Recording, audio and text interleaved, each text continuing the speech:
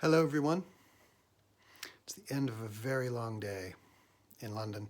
It was up very early, had crack of dawn call, very intense meeting this morning, 3 hours of very focused time. Had a presentation to give online this afternoon, and then have just finished my last call of the day. I'm not looking for sympathy. But what it brought to mind for me is how aware I find it's very helpful for me to be aware of what my energy levels are like as I make my way through my day, and how that informs what I choose to focus on. And so at this point in the day, I have about 3 brain cells left to rub together, frankly. And so I guess an interesting question then is, how do I choose to spend the time after I've done this video blog? Am I going to then choose to do something productive?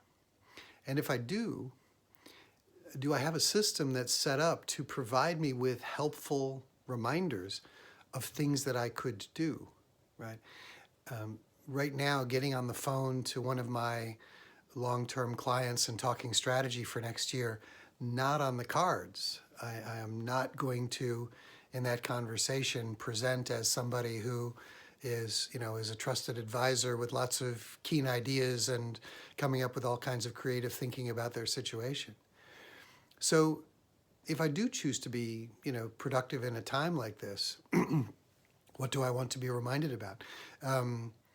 We have some of the trainers on our staff who, for example, will create lists for themselves of low energy next actions, things that I might want to be reminded about, but I don't really have much mental or physical, energy, and therefore these need to be things that could be easily done, but things that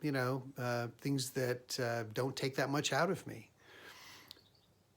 So as you think about your own system, what I'd encourage you to do is think about, if I'm in a situation like that, again, maybe the end of a long day. It might not even be the end of your day. It might just be that there are times in your day when you're not at your sharpest, right? So ask yourself the question, am I a morning person? Am I an afternoon person? Am I an evening person?